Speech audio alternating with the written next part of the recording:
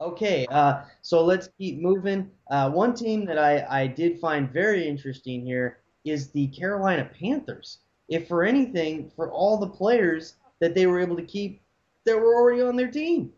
How many times do we see some of the worst teams in the league when they're veterans, and we're getting a little taste of that as we're San Francisco 49er fans. We're getting a little taste of that right now with some of the stuff that's going on there. But with Carolina, you had Charles Johnson, you had James Anderson, you had Steve Smith, who was expected to be traded, you had DeAngelo Williams. All these guys were easily could have been on the move, but all of them ended up staying. So this is just a very interesting situation. What do you think about this, Red Dog? I gotta feel like Ron Rivera. They must like what the Rivera's cooking. They must smell it because they're buying it. Well, there were a lot of people who said that because it's such a short point between the time this contract got done and the start of spring training, that there were probably going to be teams that just said, you know what, let's sign our guys and let's just get going right away, Mm-hmm. right?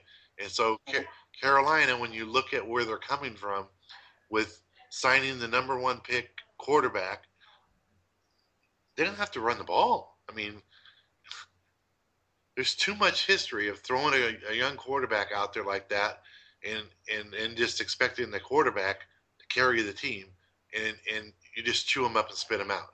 Now look at the Jets as an example. They brought in Sanchez, but they've kept the running game up there first.